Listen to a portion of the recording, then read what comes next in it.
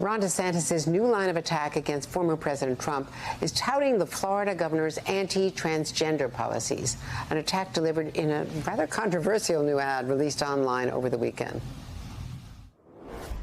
I will do everything in my power to protect our LGBTQ citizens. If Caitlyn Jenner were to walk into Trump Tower and want to use the bathroom, you would be fine with her using any bathroom she chooses. That is correct. In the future, can transgender women compete in Miss Universe? Yes. Make America great again. Psych!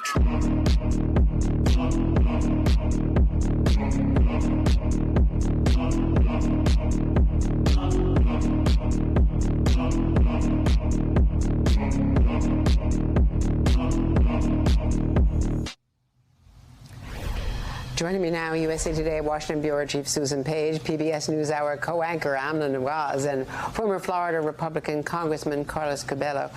So, Amna, this has gotten a lot of pushback from both Secretary Buttigieg and from Chris Christie, but DeSantis seems focused on making the culture wars a priority, and boy, is he all in on that. He is indeed all in, Andrea. And it's important to point out that this ad came out at the end of Pride Month, which Mr. DeSantis' campaign has said he does not believe should be a federally recognized month of celebration. But this has been long part of his history of making anti-LGBTQ legislation as governor a large part of his agenda and now a central part of his Republican push for the presidency. Remember that we're now at a point where it's still several months away from any of the earliest votes being cast in the primary election. But Mr. DeSantis has still consistently trailed former President Trump, even as former President Trump faces federal indictment charges.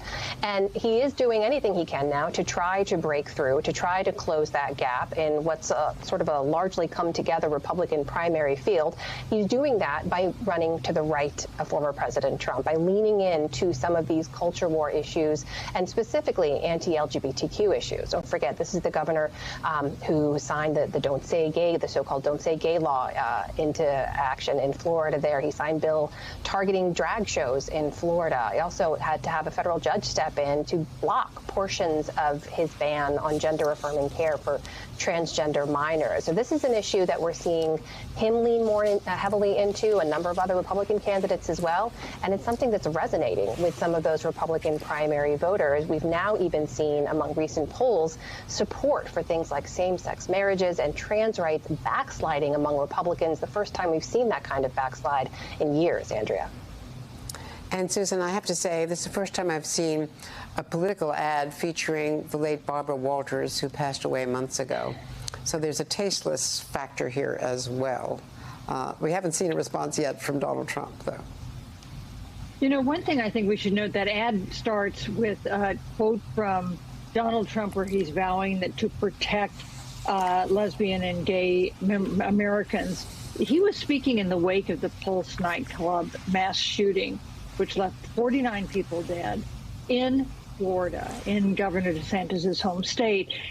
So it seems to me that also raises some questions. I suspect that what Governor DeSantis wanted to get with this ad was attention and maybe some outrage and maybe a response from Donald Trump. And he has certainly gotten the first two. So maybe to that point, we shouldn't have played it, but it is. In this early stages of the primary season, it's important to let people know exactly what they're dealing with when they vote for what they think is an alternative to Donald Trump.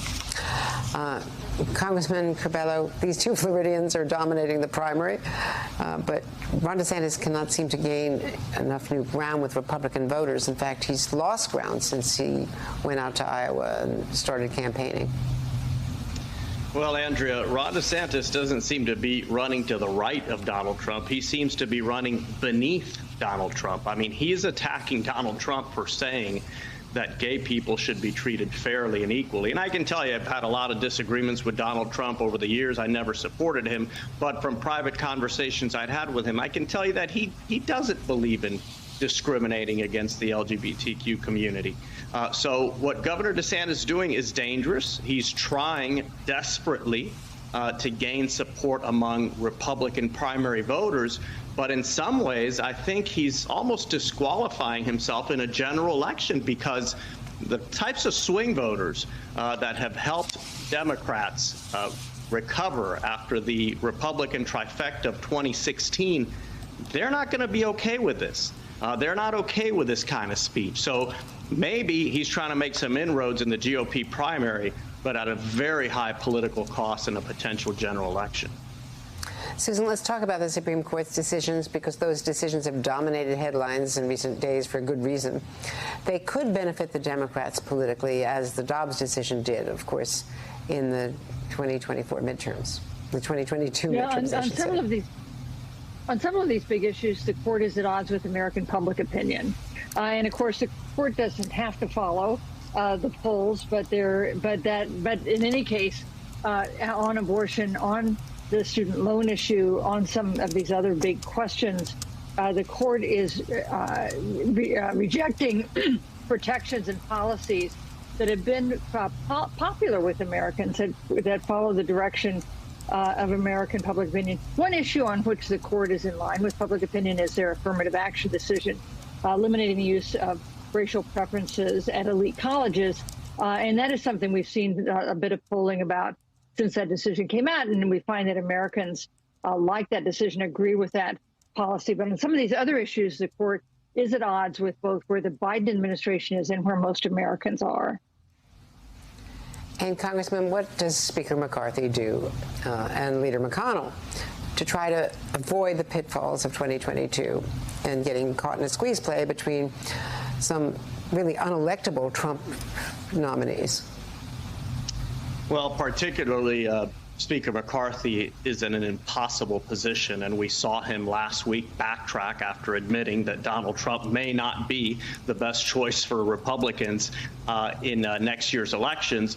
You saw him quickly backtrack because he has such a slim margin. It's going to be up to the field of Republican candidates in the primary, Andrea, to take this case to GOP primary voters and explain to them that Donald Trump and his movement, sure, might be popular among Republicans, but for 3 elections in a row now, we've seen that movement be rejected in swing states and swing districts all across the country. If Republicans want to succeed, if they want to win back the White House, if they want to win back the Senate, it is not going to be through the MAGA movement.